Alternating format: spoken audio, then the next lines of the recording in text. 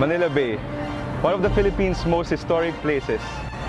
This place was once sought out by tourists and Filipinos for its beauty. We're here now to find out what Manila Bay really was. Tatanong po namin kung anong pinag-aiba ng Manila Bay noon. Kasi nung the last administration ng City Hall, itong baywalk na ito, ang pinag-iba niyan is nung sinira ito ng bagyo, pinagawa uli ito. Now, nung sa administrasyon na ni Mayor Erap Estrada, pagagandahin ngayon ang baywalk kagaya doon sa ginawa ni ng previous mayor na Mayor Atienza. So ibabalik na yung ganda ng baywalk itong darating na December. Magkakaroon na rito ng mga tiyangge, iilawan ang buong baywalk at dito gaganapin yung countdown nung New Year.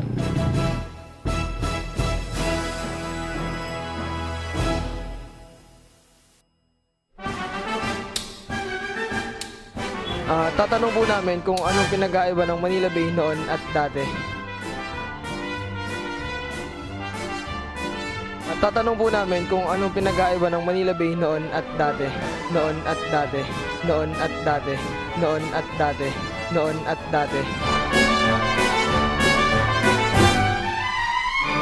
Tatanong po namin kung anong pinag-aiba ng Manila Bay.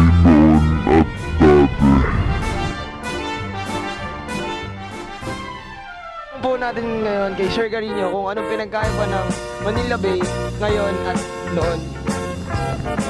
Kasi sandali Mag-exercise tayo tuwing umaga, tuwing umaga, tuwing umaga.